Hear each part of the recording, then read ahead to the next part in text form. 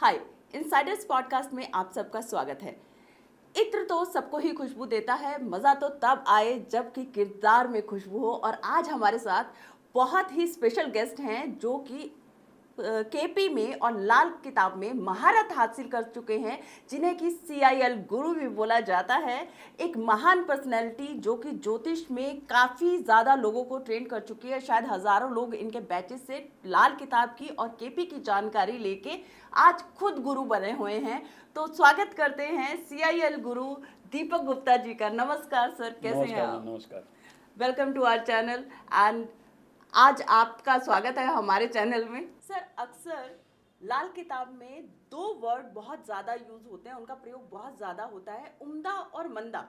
इनका प्रयोग क्या है और ये किस तरह से यूज होते हैं? जैसे कि आपने पूछा कि लाल किताब में दो शब्दों का बड़ा ही प्रयोग करते हैं, एक है उम्दा और एक है मंदा। उम्दा का मतलब होता है अच्छा जी। ऐसा ग्रह जो अच्छी स्थिति में बैठा हो, अपने दुश्मन ग्रह के साथ ना बैठा हो, उसको दुश्मन ग्रह ना देख रहा हो, ये किसी दुश्मन ग्रह को ना देख रहा हो, मतलब परफेक्ट पोजीशन में बैठा है, इसको कहते हैं उम्दा। मित्र के साथ हो, मित्र भाव में हो, उस तरह से कह सकते हैं, मगर कि किसी प्रकार से ये ग्रह खराब नहीं हो रहा है, उम्दा। और एक होता है मंदा कि ग्रह खराब अवस्था में बैठा है, खराब घर में बैठा है, दुश्मन ग्रह के साथ बैठा है, दुश्मन ग्रह की दृष्टि में बैठा है, दुश्मन ग्रह की टक्कर में बैठा है, उसकी बुनियाद में दुश्मन ग्रह बैठा है, तो इसको कहते हैं मंदा। मतलब आपकी जड़ में ही कोई आपका दुश्मन बैठ जाए तो आप उभर तो पाओगे ही नहीं। ना जी। तो वो वाली बात हो गई। तो सर, अगर हम बात करें तो मैं कुछ लाल किताब के बारे में पढ़ रही थी, तो वहां पर मैं देख रही थी, लिखा हुआ था गुरु टेवे ना जब तक उम्दा, कन्या बहुत उस होती हो। तो सर, इस बात का क्या मतलब है? गुरु का और कन्या का क्या रिलेशन है यहाँ पर? यह बात गुरु और कन्या का नहीं है, यहाँ बात है कि ये जानने की जरूरत है कि ये लाइन लाल किताब में किस ग्रह के संदर्भ में लिखी गई है जी। कहाँ लिखी गई है और इस लाइन का मतलब क्या है।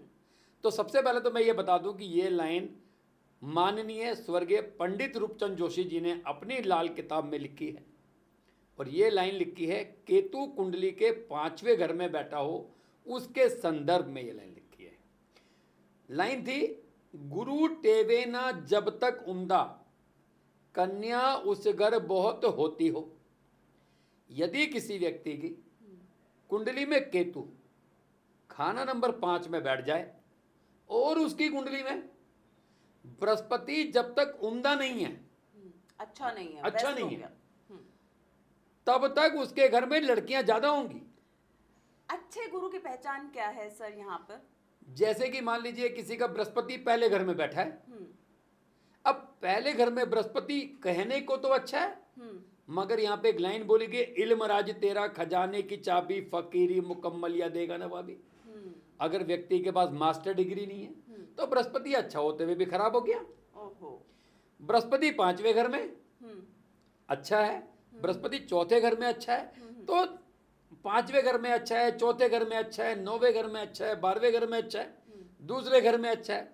तो कहता है केतु 5 के समय यदि व्यक्ति का बृहस्पति इन घर में भी है और उसके पास अगर मास्टर डिग्री नहीं है तो उस व्यक्ति के घर में लड़कियां जरूर पैदा होती हैं। अच्छा, तो मतलब इंसान को अगर अपना गुरु ठीक रखना है तो उसको अपनी मास्टर की डिग्री 100% कंप्लीट करनी चाहिए, तभी लिए वो आगे प्रोग्रेस कर पाएगा। अदरवाइज उसके कामकाज में, उसके वंश में, सब में दिक्कत आएगी। केतु 5 के बारे में बात कर रहा हूँ कि गुरु जब तक टेवे उम्दा नहीं है उस घर कन्या बहुत होती है। यदि केतु 5 में है तो भैया अपना बृहस्पति ठीक कीजिए, मास्टर डिग्री लीजिए, किसी कुल पुरोहित का अपमान मत कीजिए, किसी ब्राह्मण का दिल मत दुखाइए, कंसल्टेंसी का काम कीजिए। पता लगा बृहस्पति अच्छा है और आपकी भाषा शैली खराब है, अपनी भाषा पे ज्यादा, अपनी भाषा पे अच्छी कमांड होनी चाहिए कि मतलब किसी को हर्ट ना हो। सोच समझ के बोलना है। पहले एक बार सोच लीजिए कि अगर आपको ऐसी ही कोई भाषा यूज करे तो आप हर्ट होंगे कि नहीं होंगे। तो उसी तरह से यदि आप सामने वाले को रेसिप्रोकेट करेंगे तो आपको वैसा ही मान सम्मान मिलेगा, जिसे बोलते हैं हम इज्जत देना इज्जत लेना काइंड ऑफ बात हो जाती है। पहले सोचो, फिर तोलो, फिर बोलो, फिर बोलो। बहुत बढ़िया सर। आप इसके साथ साथ बहुत अच्छी रेमेडीज दे रहे हैं, हमारी ऑडियंस को इससे भी बहुत हेल्प मिलेगी, क्योंकि आप लोगों को साथ के साथ सर बहुत अच्छी रेमेडीज दे रहे हैं, जिसके लिए कि आपको बहुत सारे एस्ट्रोलॉजर्स के साथ उनके पास भटकने की जरूरत नहीं पड़ेगी। सर अब इसके आगे की एक लाइन पढ़ रही थी मैं, पैदा कोई जब लड़का होता, उम्र सदी पूरी होती हो। ये भी लाइन केतु 5 के संदर्भ में है। अच्छा। अब खाना नंबर 5 हमारे पुनर्जन्म का घर। काल पुरुष की कुंडली में ये घर पिता का घर भी है, क्योंकि काल पुरुष की कुंडली में खाना नंबर 5 में सूर्य की राशि आती है, वहां बैठ गया केतु।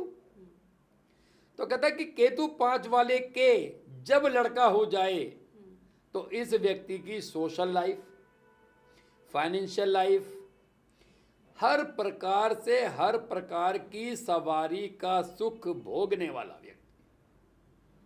केतु 5 के समय सबसे पहले तो डिग्री लेनी है, फिर संतान, क्योंकि केतु खराब है, संतान को मुसीबत आनी है। और जब केतु 5 होगा तो राहु 11 होगा। आपने मेरा पुराना अगर पॉडकास्ट देखा हो तो राहु 11 में मैंने बोला है, जन्म जहां बच्चा होता बाप वहां रहता नहीं। तो केतु 5 में भी यही है कि जन्म जहां बच्चा होता बाप वहां रहता नहीं, मगर बेटा तो चाहिए, मगर बेटे से थोड़ा दूर जाना पड़ेगा। तो बेटा अगर कुल हो गया, कुल मतलब संतान हो गई, तो इस व्यक्ति की सोशल, फाइनेंशियल, हर प्रकार की लाइफ बेहतरीन होती चली जाएगी। तो यहाँ पर आप केतु का महत्व समझा रहे हैं 5वें घर में, 5वें खाने में, जो कि लाल किताब का वर्ड है 5वां खाना। तो ये केतु का क्या पक्का घर और कच्चा घर भी सुना है सर? ये केतु का क्या पक्का घर है? नहीं, ये केतु का घर नहीं है। अच्छा। यहाँ केतु खराब है। खराब क्यों है? यहाँ संतान पैदा होने में तकलीफ क्यों आती है? लाल किताब में एक शब्द बड़ा प्यारा है जिसको कहते हैं मसनूई। दो ग्रहों से मिलकर एक ग्रह बनता है। अगर केतु यहाँ खराब है तो केतु का ऐसा कौन से मसनूई है जो केतु को खराब कर रहा है? वो है चंद्र और शनि। चंद्र शनि जब कुंडली में मिल जाते हैं किसी भी घर में, तो वहां पर केतु खराब हो जाता है, केतु नीच का फल देता है। तो यहाँ पर केतु 5 में है तो उसका मतलब शनि भी आ गया। डायरेक्ट और इनडायरेक्ट रूप में शनि की वहां प्रेजेंस है। तो शनि 5 में कहते हैं कि बच्चे खाने वाला सांप। तो केतु 5 में एक बात आप ध्यान रखिएगा, जब आपका केतु 5 में है और यदि आपकी वाइफ प्रेग्नेंट है तो वो मकान नहीं बनाना है। अच्छा। मकान की रिपेयरिंग नहीं करानी है, क्योंकि ये मकान की रिपेयरिंग कराना आपकी संतान को हानि दे सकता है। ओहो, तो मतलब कि ये भी पहले एक कंसल्ट कर लेना चाहिए किसी एस्ट्रोलॉजर से कि अच्छा अब हम मकान बना रहे हैं या नहीं बना रहे हैं सर। क्योंकि ये वाली चीज़ कई बार मैंने देखी है कि लोगों ने अपने घर में रेनोवेशन शुरू करवाई, रेनोवेशन के बाद में अचानक से उनके दिन पलट जाते हैं, या उन्होंने घर चेंज किया तो एकदम से उनकी किस्मत चेंज हो जाती है। तो ऐसे केस में आपके ग्रह यहाँ पर रोल प्ले करते हैं। लाजीवाब। बिना, अब भगवान कृष्ण के बारे में जानते हैं जी, उन्होंने एक ही बात बोली है, श्री हरि इस पृथ्वी पे पत्ता भी अगर गिरेगा ना तो मेरी मर्जी से गिरेगा। इसका मतलब ईश्वर ने आपको भेजा है, आप जो कार्य कर रहे हैं वो ईश्वर के संदेश अनुसार कर रहे हैं। मगर लेकिन एक बात और बोली गई है, कर्मण्येवाधिकारस्ते मा फलेषु कदाचन। तो भैया जिस मार्ग पर आप चलेंगे आपको फल तो वैसे ही मिलेंगे। आम के सीजन में आप जाएंगे, सहारनपुर रोड पे जाएंगे, वहां पे आम के बगीचे लगे तो वहां पे लीची तो मिलेगी नहीं ना जी। बिल्कुल सही, आम ही मिलेंगे। बिल्कुल सही सर। सर अगर हम आगे की बात करते हैं, यदि गुरु के उपायों की बात करें और गुरु से रिलेटेड हम उन पे बात करते हैं, तो ये किस प्रकार के सुख देता है? गुरु उपायों गर करे दोनों दुख हो दूर, ये दो दुखों का क्या कारण है? कौन से हैं ऐसे दुख ये जो गुरु के उपाय से ही दूर हो पाएंगे? केतु खाना नंबर 5 के संदर्भ में ये पूरी लाइन लिखी गई है, गुरु गर उपाय करे दोनों दुखों दूर। ये दोनों दुख, ये केतु 5 के बारे में है। ये दुख है कौन से? ये दो दुख कौन से हैं? ये जानना देखिए, एक व्यक्ति को चलने के लिए टांगों की मदद लेनी पड़ती है। बिना पैर के कोई व्यक्ति भाग नहीं सकता, चल नहीं सकता। बिल्कुल सही। उसी प्रकार से सभी ग्रहों को चलने के लिए केतु की मदद लेनी पड़ती है। मतलब आपकी कुंडली में आप केतु की मदद से ग्रह को ठीक कर सकते हैं और चंद्र की मदद से भी ग्रह को ठीक कर सकते हैं। तो केतु क्या है? केतु माली हालत है, आपकी फाइनेंशियल पोजीशन भी केतु है, माली हालत है, पैसों की हालत। तो केतु 5 के समय केतु खराब है, तो कहता है यदि दोनों दुख की जो बात थी, एक थी बात फाइनेंशियल की, एक है कुल की, संतान की, कहता है गुरु गर उपाय करे दोनों दुखों दूर। तो गुरु का उपाय यहाँ पे सर्वप्रथम करना है। तो क्या उपाय करे जा सकते हैं सर? ऐसा अब कौन सा उपाय है? गुरु का उपाय अगर बात करें तो सबसे पहले तो अगर केतु 5 वाले हैं, तो अगर उनके संतान नहीं है या पैसों की तकलीफ है, तो मैं ये दावे से कह सकता हूँ कि 100 में से आप 70% देखना उस व्यक्ति को अपने पूर्वजों के स्थान नहीं पता। देवी, उनके जो कुल देवता हैं, उनकी जो कुल देवी है, जिसको जठेरे भी कहते हैं, उन्हें नहीं पता। रीजन दादाजी ने बताया नहीं, या पापा ने फॉलो किया नहीं, या हम इतने एजुकेटेड हो गए कि हमें लगता है कि वहां जाने से क्या होगा। सही बात है। गुरु गर उपाय करे, तो भैया सबसे पहले केतु 5 वाले के यदि संतान नहीं है, पैसों की तंगी है, फाइनेंशियल कंडीशन खराब है, तो आप पता कीजिए कि आपके पूर्वजों के जमाने से पूर्वज किस स्थान पर जाकर माथा टेकते थे, किस देवी देवता को मानते थे, उनका कुल पुरोहित का स्थान, कुल देवी का स्थान क्या है, वहां जाना पड़ेगा। सर ये तो बात मेरे को समझ में आती है कि जब आप केतु की बात करते हैं, कुल देवी रिलेट कर पा रही हूँ मैं, क्योंकि जो केतु हैं वो रूट्स से जुड़े हुए देवता हैं, तो आपको अपनी जड़ों तक पहुंचना पड़ेगा किसी तरह से। सर मेल कुंडली में तो फिर भी कई बार ये बात पता चल जाती है, बट इन फीमेल कुंडली में ये एक कंफ्यूजन पैदा होता है कि अब जब लड़की शादीशुदा हो जाती है तो वो कहाँ वाले केतु को फॉलो करेगी? अपने ससुराल के कुल देवता को मानेगी या फिर अपने मायके के कुल देवता को मानेगी?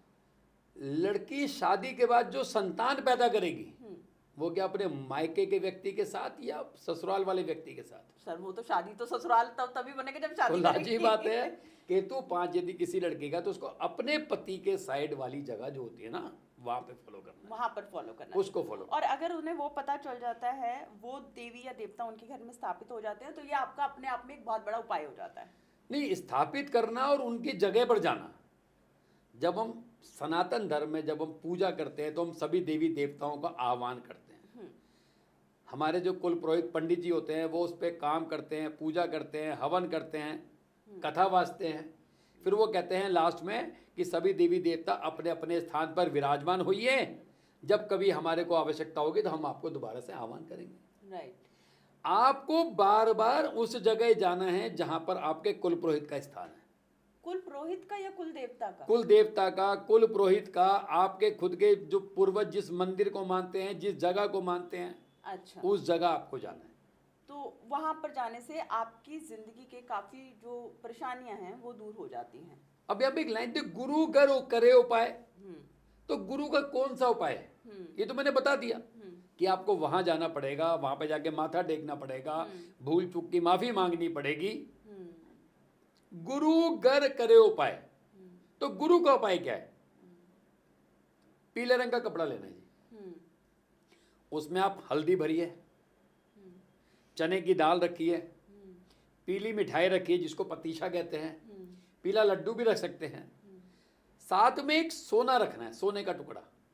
अब जैसे ही हम सोने की बात करते हैं, आदमी कहता साहब सोना तो बड़ा महंगा है। एग्जैक्टली सर, 80,000 रुपए पहुंच गए, कहाँ आप सोना रखवा रहे हो? जिसके बेटा नहीं हो रहा वो अपनी वाइफ की डिलीवरी में 2 लाख रुपए खर्च करेगा, पूरी जिंदगी बेटे को पढ़ाने में 10 लाख रुपए खर्च करेगा, उसके व्यापार में 50 लाख खर्च करेगा, उसके बच्चे के बच्चे होंगे तब 10 लाख खर्च करेगा। तो आज वो अपने कुल पुरोहित के देवता के घर में एक सोने का टुकड़ा नहीं दे सकता। मैंने कब बोला आपको 10 ग्राम देना है? आप यहाँ पे एक नाक की लौंग भी दे सकते हैं। अच्छा, वो तो 1500-2000 की आ जाएगी। बिल्कुल। लेकिन ये आपका भाव है जी, जी। ये भाव है जी। तो पीले रंग का कपड़ा लेना है, उसमें हल्दी भरनी है, हल्दी की गांठें रखनी है, चने की दाल रखनी है, पीली बर्फी रखनी है, पीला पतीशा रखना है, पीले लड्डू रख सकते हैं, केसर की पुड़िया रख सकते हैं, और साथ में एक छोटा सा सोने का टुकड़ा या नाक की लौंग ले लीजिए। वो लेकर आपने जाना है, और उस जिस जगह पर आपके पूर्वजों का देवी देवता का स्थान है, वहां पर जो कार्यकर्ता पंडित है, जो पुजारी है, आपने उसको देखकर आशीर्वाद लेना है। अच्छा तब दोनों दुख दूर होंगे। अच्छा सर, कई बार होता है, ये अक्सर देखा गया है, जब कुल पुरोहित, या तो उन्हें लोगों को पता नहीं होता, चलिए अगर ये बात मान भी लीजिए कि ना कुल देवता का हमें पता चल भी गया, तो कुल पुरोहित जो होते हैं, या तो उनके वंशज ने काम छोड़ दिया या रहे नहीं हैं, अब उनके कोई वंशज का कोई पार्ट बचा है या चेंज हो गए हैं, तो इस केस में जो उस जो कुल देवी उस या जगह पर सेवा कर रहा है, तो वो कुल पुरोहित हो जाए। वही हो गया ना जी आपको तो। अच्छा। अब बात आती है कि जी कुल पुरोहित पता ही नहीं है जी हमारे। अब उस केस में क्या करें? तो जिस भी मंदिर के पुजारी को आप मान सम्मान देते हैं, जिसको आप अपने घर में सत्यनारायण की कथा के लिए बुलाते हैं, गृह प्रवेश के लिए बुलाते हैं, बच्चे के जन्मदिन के लिए बुलाते हैं, अमावस्या पूर्णमासी के लिए बुलाते हैं, आप उसको अपना कुल पुरोहित मान लो। अच्छा। फिर आपने जब तक आप हैं उसको ही कुल पुरोहित मान के चलना है, उसको देकर उससे भी आशीर्वाद लेंगे, तब जाके आपके दोनों दुख दूर होंगे। नंबर 1 पैसा और नंबर 2 संतान। संतान का। बहुत बढ़िया सर, मतलब आपने बहुत इंपॉर्टेंट जानकारी दे रहे हैं और इससे बहुत सारे लोगों का भला होगा। बहुत सारे लोगों को ये बहुत टाइम पे कंफ्यूजन होता है, हमें कुल देवता का नहीं पता है, हमें ये नहीं पता है कि कुल पुरोहित कौन है, तो अपने स्थानों पे कैसे जाएं। तो आई थिंक बहुत सारे लोगों को अपने आंसर्स मिले होंगे यहाँ पे। सर अगली लाइन है, कुल उसकी चलती रहे, माया मिले जरूर। गुरु घर करे उपाय, दोनों दुख हो दूर, कुल उसकी बढ़ती रहे, माया मिले जरूर। कुल मतलब संतान, कुल मतलब वंश। अगर ये व्यक्ति केतु 5 वाला व्यक्ति गुरु के उपाय करेगा, गुरु के मंदिर में जाकर उपाय करेगा, गुरु समान व्यक्ति की इज्जत करेगा, तो इस व्यक्ति का कुल बढ़ेगा। अच्छा। वंश बढ़ेगा, वंश बढ़ेगा, साथ में माया बढ़ेगी।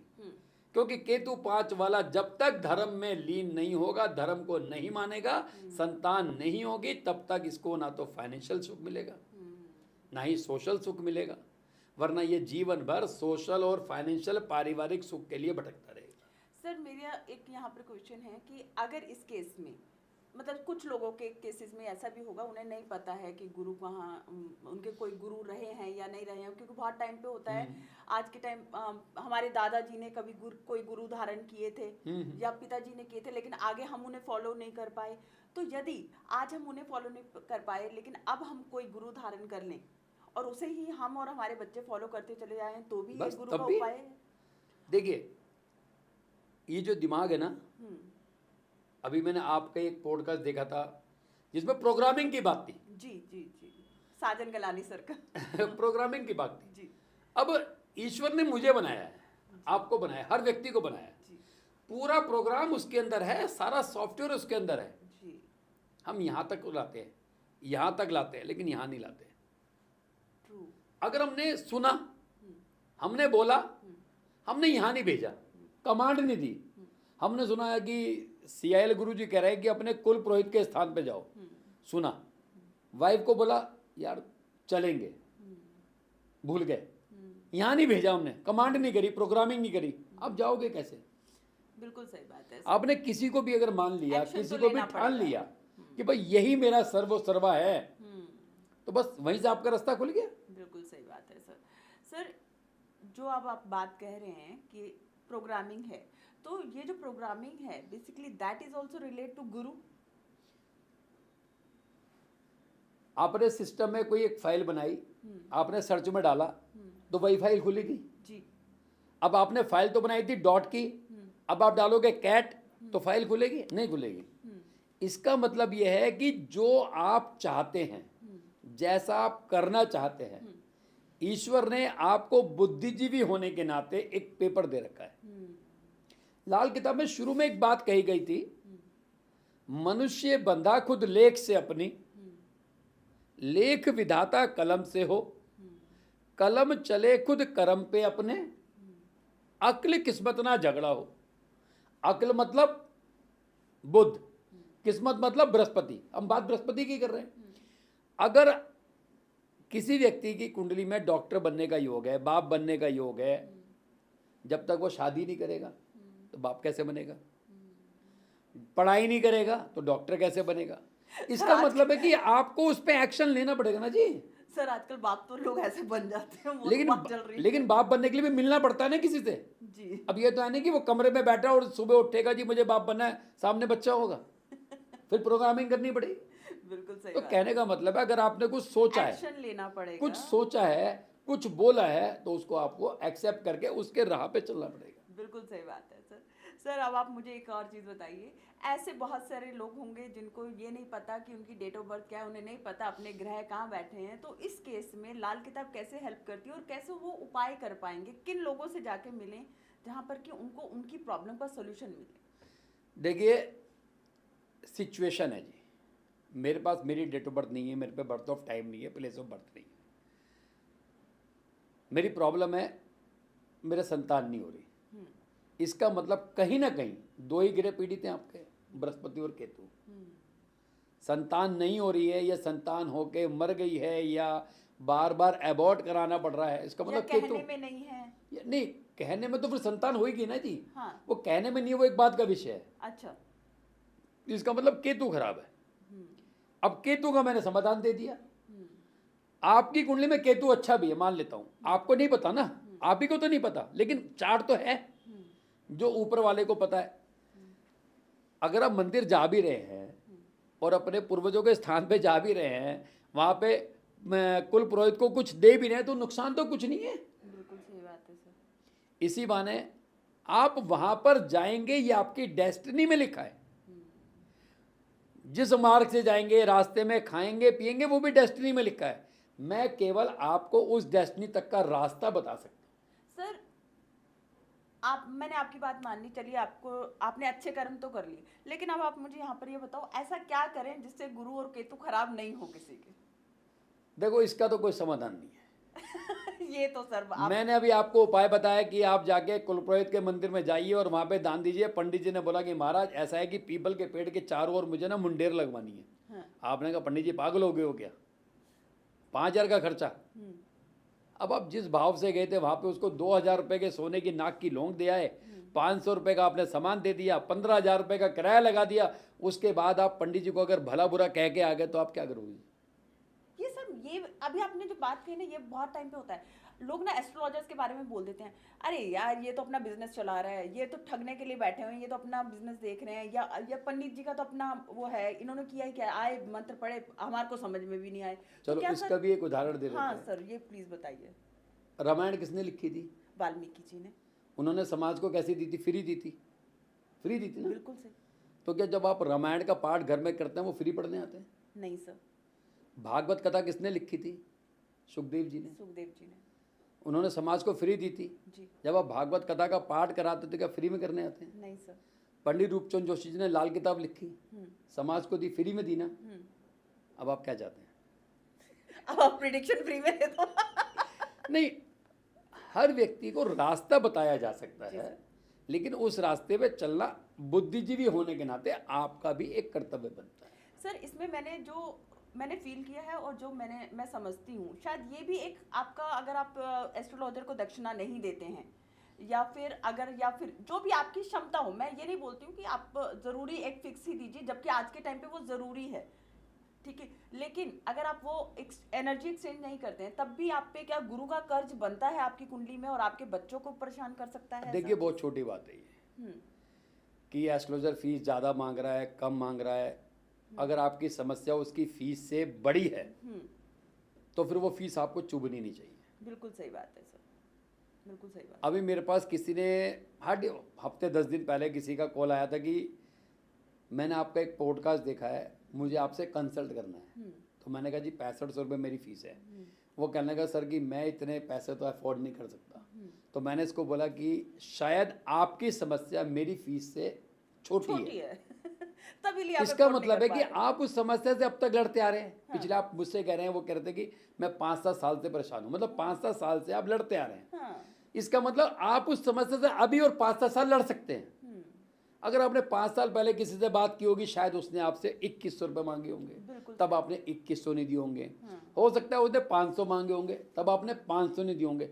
इसका मतलब है कि आपकी समस्या उसकी फीस से कम है। बिल्कुल सही बात है। तो एक लाइन है ना, महंगा रोए एक बार, सस्ता रोए बार बार। तो ऐसा नहीं है कि कोई एस्ट्रोलॉजर आपको ठगने के लिए बैठा है। देखो 100 में से 2 या 10 में तो हम कह सकते हैं ना जी, और ऐसा किसी तो नहीं है ना जी। हाँ, आप अपनी गारंटी ले सकते हो, सबकी गारंटी तो नहीं ले सकते। नहीं क्यों, हम एस्ट्रोलॉजी समाज के लोग हैं, हम सबको साथ लेके चलेंगे।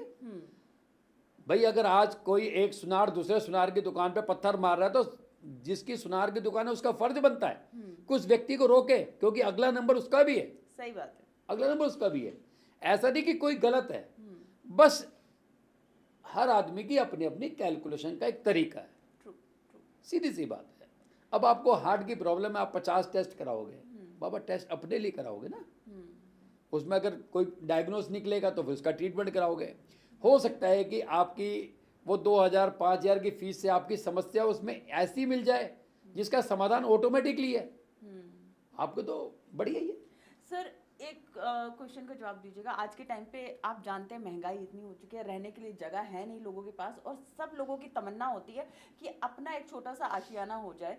तो ऐसे कौन से लोग हैं जिनकी की कुंडली में मकान या तो डिले हो रहा है या फिर मकान बन नहीं रहा है, और उनको क्या करना चाहिए अपना मकान बनाने के लिए? मकान बनाना समस्या नहीं है जी, ख्वाहिश है। जी, समस्या जरूरत नहीं है है, सर। ख्वाहिश है। अभी उसके बाद 30 लाख का बजट है, उसको उत्तम नगर में मिल जाएगा, लेकिन उसे पंचिल गार्डन में चाहिए, ये ख्वाहिश है। उसे 40 गज का 30 गज का मकान मिल सकता है 30 लाख रुपए में, सर स्टेटस नहीं, ये तो ख्वाहिश है ना जी। स्टेटस कोई ग्रह कभी समस्या पैदा नहीं करता। हम अपनी लिमिट से ज्यादा जब उस ग्रह से एक्सपेक्ट करते हैं ना, वो समस्या पैदा करता है। भाई आपके पास 20 लाख है तो आप 20 लाख के हिसाब से मकान ढूंढोगे, मिल जाएगा, लेकिन अब 40 का ढूंढोगे ना, आप 20 लाख एक्स्ट्रा इकट्ठा कर पाओगे, और सारा का सारा ब्लेम आप ग्रह पर डाल दोगे कि यार मेरी कुंडली में शनि खराब है इसलिए मकान नहीं बना पा रहा। 20 लाख है तो 20 लाख तक में जाओ ना जी। तो आप बोलना चाहते हैं इनडायरेक्टली कि शनि जो है वो मकान देते हैं। शनि तो मकान देके, लेकिन ख्वाहिश के अंदर आपको जाना चाहिए ना जी। तो ऐसे किस तरह के उपाय करे इंसान नहीं अपना? नहीं, उपाय से मैं अभी भी आपको क्लियर कर दूं। आप किसी डॉक्टर के पास जाइए, उसको बोलिए जी मेरे को शुगर है, वो आपको कभी दवाई रिकमेंड नहीं करेगा। वो कहेगा आप पहले शुगर की टेस्ट रिपोर्ट करा लो जी, मैं उसके बाद आपको बताता हूँ कि आपका 3 महीने की एवरेज क्या है और आपकी शुगर क्या चल रही है। हर उपाय, कोई भी उपाय हर व्यक्ति के लिए अलग अलग है, अलग अलग उपाय है, क्योंकि एक गोली सबके लिए नहीं है। सबके लिए नहीं, सब पैरासीटामोल से नहीं चल सकता। कोई डोलो से चलता है, कोई क्रोसिन से चलता है, कोई पैरासीटामोल से चलता है, कोई गर्म पानी से चलता है। तो कहने का मतलब है कि एक पर्टिकुलर समस्या के लिए सेम उपाय नहीं हो सकता। बिल्कुल सही बात है। ये डिपेंड करता है वेरिस टू वेरिस कुंडली, कुंडली किस प्रकार की बोलती है, उसके हालात किस प्रकार के बोलते हैं, उसने अब तक उस कुंडली पे कितना काम किया है, बाय डिफॉल्ट वो खुद करता आ रहा है या किसी से कंसल्ट लेके कर रहा था, बस। अच्छा, तो आप बोलना चाहते हैं कि ग्रह आपको सब कुछ दे रहे हैं, लेकिन बहुत टाइम पे होता है सर, मैं ये चीज़ मैंने खुद देखी है लोगों में कि लोग अपना घर है लेकिन अपना घर होते हुए अपने घर में नहीं रह पा रहे हैं। ठीक है, कुंडली कई बार एस्ट्रोलॉजर बोल देते हैं आप अपना घर बनाएंगे जरूर लेकिन अपने घर का सुख नहीं मिलेगा आपको। तो ऐसा किस हालात में होता ये है? ऋण होते हैं जी, ऋण किस तरह से बनते हैं सर? ये ऋण होते हैं। ये कुंडली की कुंडली पे देख डिपेंड करता है कि उसकी कुंडली में शनि का ऋण होगा तभी वो व्यक्ति अपने मकान का सुख नहीं पाता। अच्छा, मकान बनाया बड़े शौक से, जब रहने का वक्त आया तो उसको या तो बेच दिया, किराए पे चढ़ा दिया। जैसे एक व्यक्ति जयपुर में रह रहा है, उसने मकान बनाया, पता लगा मकान में शिफ्ट ही हुआ था कि कंपनी ने ट्रांसफर कर दिया बेंगलोर। अब क्या करेगा, या तो परिवार को लेकर बेंगलोर जाएगा या नौकरी छोड़ेगा। उसने डिसाइड किया कि मुझे कंपनी के फॉर्मेट से चलना है, मुझे परिवार को लेकर बेंगलोर जाना है, तो जयपुर का मकान किराए पे दे देगा, खुद किराए पे चला जाए। तो कई बार होता है कि लोग इंडिया में तो अपनी बहुत सारी प्रॉपर्टी बना लेते हैं और खुद जाके सिंगापुर, यूएस, कनाडा रह रहे हैं। तो इस केस में भी क्या लोगों का शनि खराब होता है जब अपना देश छूट जाता है? शनि का ऋण होता है जी, ऋण। तो ये ऋण बनता कैसे सर, मुझे वही जानना है। ये क्या हर किसी की कुंडली में अलग बनेगा? नहीं नहीं, ऋण की कंडीशनें एक होती है, मगर लेकिन ऋण के हालात अलग अलग तरीके से आ जाते हैं जी। शनि के घर में लाल किताब के अनुसार, मतलब काल पुरुष की कुंडली के अनुसार, कुंडली के 10वें और 11वें घर में यदि किसी का सूर्य बैठा हो, चंद्र बैठा हो, मंगल बैठा हो, ऐसे व्यक्ति की कुंडली में शनि का ऋण लग जाता है। अव्वल तो मकान बनते नहीं, बनते हैं तो आदमी को उस मकान का सुख नहीं मिल पाता है। आप बोल रहे हैं 10वें घर में या 11वें घर में, 11वें घर में यदि सूर्य चंद्र या मंगल हो तो ऐसे व्यक्ति का अपना खुद का मकान बनता नहीं। अव्वल तो बनते नहीं, बनते हैं तो व्यक्ति उस मकान का सुख नहीं ले पाता। या आप ये समझ लीजिए कमर्शियल प्रॉपर्टी तो बना सकता है वो, जहाँ तक रिहाइश की प्रॉपर्टी है वो मकान उसको जल्दी फलता नहीं है।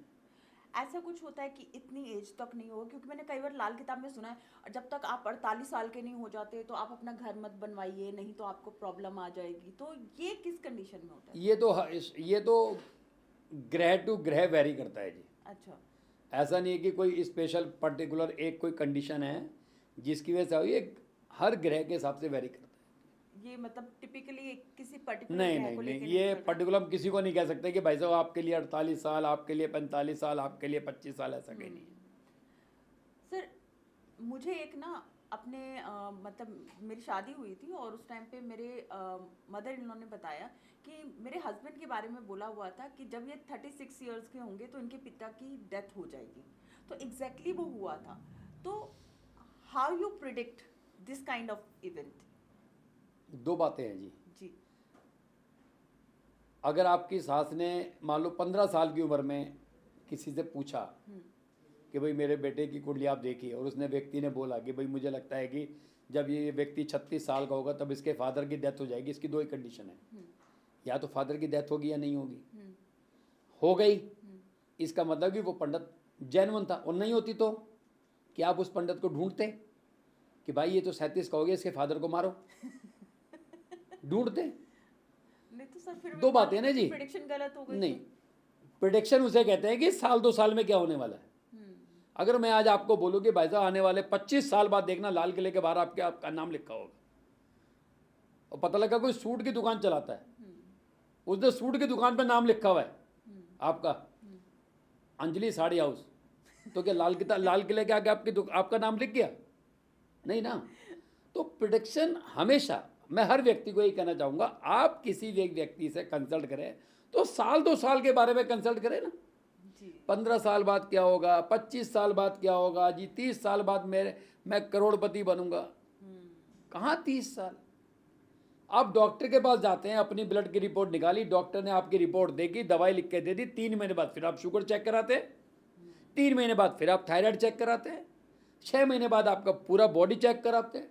अगर एक बार आपने करा लिया तो फिर जरूरत क्या बार बार कराने की? बार बार इसलिए जरूरत पड़ती है कि हमने क्या खाया, हम एस्ट्रोलॉजिकल पॉइंट से हम किस रास्ते पे चले, क्या वो हमारे को दे सकता है, क्या नहीं दे सकता है। जो दे रहा है वो तो बहुत बढ़िया है, जो नहीं दे रहा है हम उसको कंसल्ट कर सकते हैं ना जी। बिल्कुल सही। सर एक और चीज़ है, मतलब ये भी मैंने कुछ लोगों के साथ में एक्सपीरियंस किया कि उनके पास में इतनी अच्छी कला है लाल किताब की कि वो हर चीज़, आप बैठे यहाँ हो, आपका टेवा देखेंगे, टेवा देखने के बाद बोलेंगे कि आपके घर में ये फलाने रंग की चीज़ वहाँ पर रखी है, उसे हटा दो, आपकी प्रॉब्लम दूर हो जाएगी। ये कैसे होता है सर? ये प्रैक्टिस है। ये सच्ची में पॉसिबल है? ये बिल्कुल पॉसिबल है, क्यों नहीं पॉसिबल है। आपने कभी किया सर? मैं तो पिछले 8-10 साल से पढ़ा ही रहा हूँ। तो ऐसा कोई किस्सा बताइए, जैसे आपका किसी क्लाइंट का कोई किस्सा हो, आपने ऐसा कुछ किया और उसकी लाइफ की प्रॉब्लम सॉल्व हो गई हो।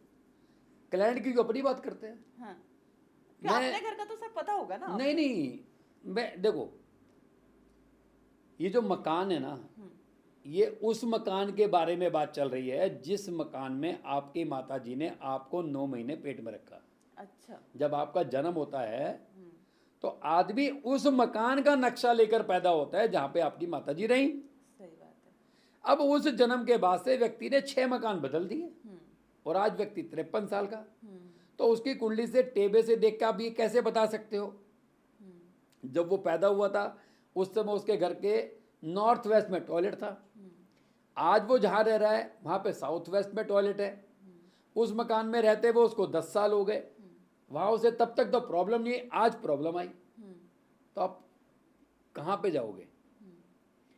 ठीक है, 100 में से 10 में से अगर मैं 4 बात कह रहा हूँ या 6 बात कह रहा हूँ तो 2 बात तो लगेगी ना जी। लेकिन ये आपके घर में ये चीज़ यहाँ रखी है, ये प्रैक्टिस पे डिपेंड करता है, हालात पे डिपेंड करता है। सामने वाला जो समस्या को लेकर आया है उस समस्या को ध्यान में रखते हुए वह समस्या किस ग्रह से संबंधित है और वह समस्या का जो घर है वो हमारी कुंडली में कहाँ है। इसका मतलब है कि उस जोन में उस समस्या से संबंधित ग्रह का कोई एंटी प्लैनेट की वस्तु या धातु उस घर वाले जोन में है, तभी वो समस्या से पीड़ित है। अच्छा। जैसे मान लीजिए कोई व्यक्ति आया कि भाई साहब मेरे को गृहस्थी की बड़ी समस्या है, गृहस्थी में तालमेल नहीं बैठ रहा, मेरी अंडरस्टैंडिंग नहीं बैठ रही। अब गृहस्थी के 3 घर हैं, नंबर पहला दूसरा घर, क्योंकि फैमिली में जुड़ना है। बिल्कुल। नंबर 7 गृहस्थी, क्योंकि कंप्रोमाइज और तालमेल ये 7th हाउस है। नंबर 3 है 12वां घर, जिसको बेड प्लेजर भी कहते हैं। दूसरा घर है मेरा नॉर्थ वेस्ट, 7वां घर है मेरा साउथ वेस्ट और 12वां घर है मेरा साउथ ईस्ट। व्यक्ति उसी मकान में 5 साल से रह रहा है, 3 साल से कोई दिक्कत नहीं आई, और अब वो आया गृहस्थी को लेके। इसका मतलब है वर्षफल में या तो दूसरे घर में राहु आ गया, या 7वें घर में राहु आ गया, या 12वें घर में राहु आ गया, और उसकी कुंडली में उसके घर में जो टॉयलेट है या तो नॉर्थ वेस्ट में है, या साउथ वेस्ट में है, या साउथ ईस्ट में है। जब वर्षफल में राहु घूम के इन घर में आएगा, ये प्रॉब्लम तालमेल की दिक्कत तब पैदा करेगा जी। अच्छा, उससे पहले नहीं देगा? भाई मैं 15 साल से एक ही काम में लगा हुआ हूं, मैंने अच्छा पैसा कमाया, पिछले 2 साल से नहीं कमा पा रहा, तो 15 साल पहले भी तो कमा रहा था ना जी। तो मतलब वो जब वो ग्रह वहां से पास कर जाएगा वो जिसको हम एक तरह से ट्रांजिट भी कहते हैं, गोचर भी कहते हैं, लाल किताब में उसको वर्षफल कहते हैं। तो वहां से निकल जाएगा तो प्रॉब्लम फिर से ठीक हो जाएगी, या फिर उसको वहां से शिफ्ट करवा देगा, शिफ्ट करा जाए, चेंज किया जाए, उसमें अल्टरनेट किया जाए, कुछ अल्ट्रेशन की जाए, ये चीज। तो इस तरह से आप अपनी कुंडली को दिखा के और जान सकते हैं। भाई जब तक सीधी सी बात है, मैंने अभी आपको बताया कि आप किसी डॉक्टर के पास गए, आपने बोला मेरे को डायबिटिक है, वो आपको टैबलेट कभी नहीं लिखेगा जी। उसे ये नहीं पता आपकी डायबिटिक कितनी है। जब तक आप अपनी पूरी कुंडली का विश्लेषण सही तरीके से नहीं कराएंगे, आप समाधान क्या करेंगे, किस चीज़ का समाधान करेंगे? लेकिन सर कुछ तो अपने एक्सपीरियंस, जैसे आपने कुछ चीज़ें करवाई हो तो वो उस एक्सपीरियंस नहीं जी, मैंने इस तरह का कोई अल्ट्रेशन वाला काम मैंने नहीं किया। मैं तो सीधा कहता हूँ कि आपकी कुंडली आपकी भगवत गीता है, आप उसे अच्छे से पढ़िए, 50 बार पढ़िए। आपको जब पता लगेगा कि मेरी कुंडली का राज ये है, आपने उसी पर फोकस करना है, सिंपल है। अब आप ये बताइए सर कि ऐसा कुछ हम अपने डेली यूज़ में ऐसा क्या करते रहें जिससे कि आम तौर पे अगर हम किसी एस्ट्रोलॉजर के पास नहीं जा रहे हैं, कोई सलाह नहीं ले रहे हैं, नॉर्मल अपनी दिनचर्या में ऐसा क्या करते रहें, या किस तरह का हम अपने स्वभाव में चेंजेस लाएं जिससे कि हमारे प्लैनेट्स अच्छे रहें और हमारे घर की जो धन की स्थिति है, परिवार की कौन सा प्लेनेट अच्छा रहे? सर बात तो 9 ग्रहों की हो रही है, तो 9 के 9 ग्रह के रिश्तेदार को ठीक कर दो। जैसे कि सर भाई अगर शुक्र खराब है तो पत्नी या पति से बना कर रखो। ये सब जितना आसान मेरे लिए कहना है ना जी, उतना आसान आप लोगों के लिए करना भी नहीं है। शरीर में 10 बीमारियां हैं, लेकिन जौन सी बीमारी दिखती है हम उसी की टैबलेट खाते हैं। हम ऐसा नहीं है कि हमारे शरीर में परसों दर्द था और आज नहीं, तो आज दर्द की गोली खा लेते हैं, कल दर्द नहीं होगा। ऐसा तो नहीं हो सकता ना जी। बिल्कुल सही सर। मुझे हो सकता है कि शायद पैसे की मेरी रोज़ की 4-5 हज़ार रुपये की इनकम है, तो मुझे पैसों की तकलीफ नहीं है, मगर लेकिन मैं दूसरों को देखूंगा तो शायद मुझे 4,000 रुपये कम नजर आएंगे, तो मैं उसके लिए पैसों का उपाय करने जाऊंगा तो पता लगा बृहस्पति छूट गया, बृहस्पति का उपाय करने का पता लगा मंगल छूट गया। तो सर तो डिपेंड करता है आपकी प्रॉब्लम। तो अगर मान लीजिए मुझे कोई प्रॉब्लम नहीं है, लेकिन मैं एक जनरल आपसे पूछ रही हूँ कि ऐसा, जैसे कि लोग बोलते हैं कि सूर्य आपका अच्छा हो तो बाकी सारे ग्रह भी अच्छे हो जाते हैं, क्योंकि सूर्य को ग्रहों का राजा बोला गया है, तो आप इस पे क्या बोलेंगे? ये एक लॉन्ग विषय है जी। हम किसी भी पर्टिकुलर ग्रह को पकड़कर हम कुंडली का कभी भी फलित नहीं कर सकते। अगर आपके दादाजी अच्छे हैं, गारंटी नहीं कि आपके फादर भी अच्छे हों। अगर आपके फादर अच्छे हैं तो गारंटी नहीं है कि आपका बड़ा भाई अच्छा हो। अगर आपका बड़ा भाई अच्छा है तो गारंटी नहीं है कि आपकी बहन अच्छी हो। तो कहने का मतलब आप समस्या को पकड़ के बात करेंगे जी।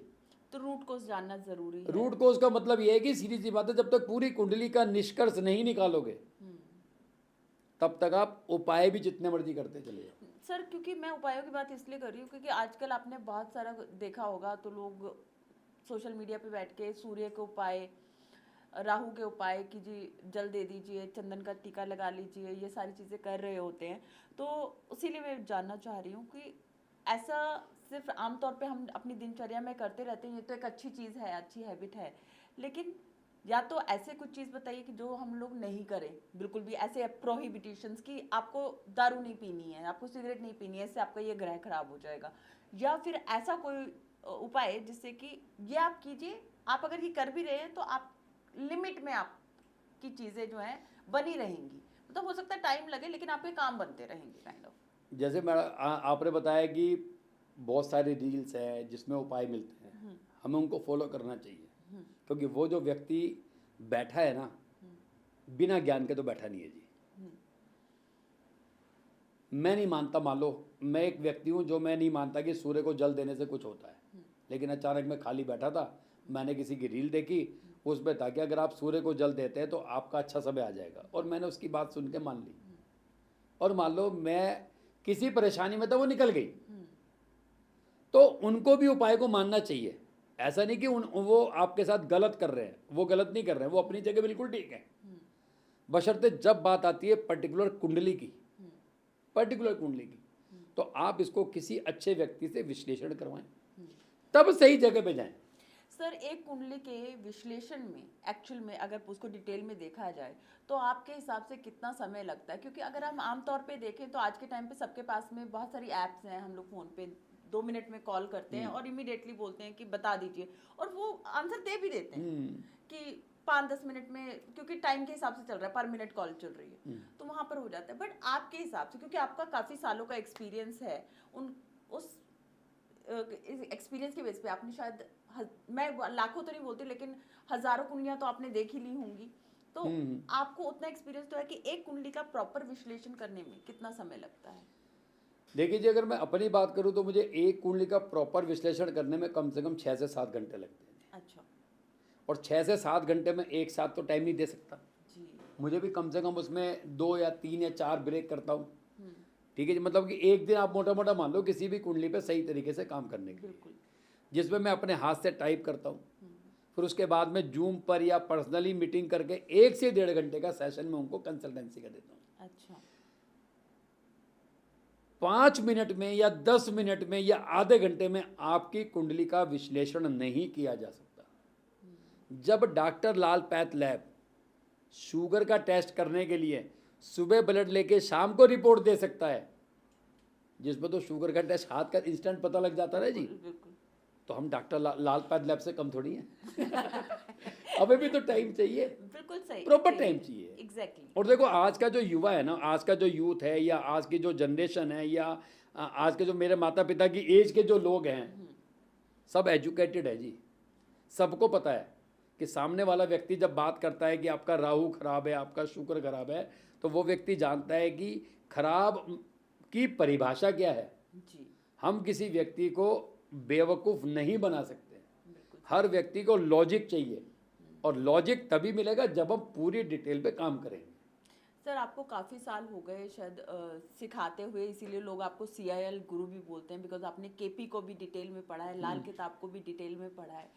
तो कितने बैच एक्चुअली आप कितने, क्योंकि आपके बैच तो बहुत सारे चल रहे हैं, ठीक है, 120 बैच आप ख़त्म कर चुके हैं, और दूसरा लाल किताब के भी एडवांस के भी आई थिंक 20वां बैच चल रहा है, तो कितने लोग निकल चुके हैं आपसे ट्रेनिंग लेके, और किस तरह से वो कितने ट्रेंड हो पाते हैं? देखिए मेरा ये मानना है, पढ़ने की एक उम्र होती है 0 से 30 साल। जी। आप बचपन से पढ़ेंगे 30 साल की उम्र तक पढ़ेंगे। 30 साल की उम्र के बाद जो पढ़ता है वो पढ़ता नहीं, वो समझता है। ठीक है जी। और जो 40 के बाद होता है वो समझता भी नहीं, वो अप्लाई करता है। तो कृष्णमूर्ति पद्धति की बात करूं तो अब तक मैं 147 बैच पढ़ा चुका हूं। अच्छा। मोबाइल न्यूमरोलॉजी की बात करूं तो मैं अब तक 262 बैचेस पढ़ा चुका हूं। लाल किताब बेसिक की बात करूं तो मेरा 71 बैच खत्म हो चुके हैं। अच्छा। एडवांस की अगर मैं बात करूं तो मेरे 20वां बैच शुरू होने वाला है। तो जितना ज़्यादा मैं पढ़ाऊंगा उतना ज़्यादा, एक तो मेरी रबिंग पॉलिश हो रही है, मेरी कमांड अच्छी हो रही है, और जितनी मेरी कमांड अच्छी होगी तो मैं उतना जेन्युइन तरीके से सामने वाले को दे सकता हूँ। सर आपने तो दे दिया, सामने वाला ग्रैब कितना कर पा रहा है? क्योंकि आज के टाइम पे ये जो चला है ना, घर घर ज्योतिष, हर इंसान ज्योतिषी बनना चाहता है, हर इंसान अपनी कुंडली खुद पढ़ना चाहता है। ठीक है। लेकिन क्या वो सच्ची में पढ़ पाते हैं? और उसके लिए कितना एक्सपीरियंस एक्चुअल में चाहिए होता है, कितना घिसना पड़ रहा है उसके लिए? नहीं, घर घर ज्योतिष होना चाहिए। हर व्यक्ति अपनी कुंडली समझ सकता है, हर व्यक्ति अपनी कुंडली पढ़ सकता है। जिस तरह से हनुमान चालीसा हर घर घर में है, मगर रोज जो पढ़ता है उसी को ही हनुमान चालीसा याद होती है। एक पढ़ना, एक समझना और एक अप्लाई करना। मैं अगर आपसे पूछूं क्या आपने वैदिक ज्योतिष पढ़ी है, तो आप बोलेंगे हाँ जी मैंने पढ़ी है। फिर मैं बोलूँ आपने कितनी बार रिपीट करी है, आपने कहा सर मैंने एक ही बार पढ़ी थी, मतलब रिपीट नहीं करी है। तो आपके पास हनुमान चालीसा है घर में, लेकिन आपने उसको बार बार नहीं पढ़ा, इसलिए आपको वो दोहे याद नहीं है, इसलिए आपको वो हनुमान चालीसा याद नहीं है। कोई भी विषय हो, कोई भी विषय हो, चाहे लाल किताब हो, केपी हो, वैदिक हो, न्यूमरोलॉजी हो, जब तक आप उसे 10 बार रिपीट नहीं करेंगे आप भारत नहीं ले सकते जी। 5 साल की एमबीबीएस होती है, तो क्या 5 साल की एमबीबीएस में वो पढ़ने के बाद प्रैक्टिस छोड़ देता है? वो कहता है जी मैं तो डॉक्टर बन गया, मैं घर में लेटा हूं, जिसको आना इंजेक्शन लगवा लेना। नहीं सर, वो लोग स्पेशलाइजेशन कर लेते हैं ना पहले, उसके बाद भी किसी नर्सिंग होम में, किसी हॉस्पिटल में, प्रैक्टिस तो आपको घर करनी ही पे पड़ेगी। कहीं प्रैक्टिस करेंगे। वो जब तक 100 200 500 पेशेंट को इंजेक्शन नहीं लगाएगा तब तक वो एक झटके में पकड़ के नस में इंजेक्शन नहीं लगा सकता। बिल्कुल सही बात है। तो प्रैक्टिस करनी है। मेरा टारगेट क्या है? मेरा टारगेट ये है कि मुझे आपको लाल किताब सिखानी है, इसलिए सिखानी कि आपको ये पता लगे कि अगर बॉस आपके घर में दिक्कत है तो आपको ये पता लग जाए कि मेरी कुंडली में ये दोष है, तो मैं अपनी वाइफ को दोष क्यों दूंगा भाई? सही है, ये अच्छी बात कही सर, क्योंकि मैक्सिमम लोग होते हैं कि जो दूसरों को ब्लेम कर रहे होते हैं अपनी सिचुएशन के लिए। तो मैं मकान नहीं बना पा रहा तो मैं इसमें बच्चों को कह रहा हूं तुम मुझे पैसे नहीं दे रहे, मैं मकान तब बनाऊं, तो थोड़ा बहुत तुम दो।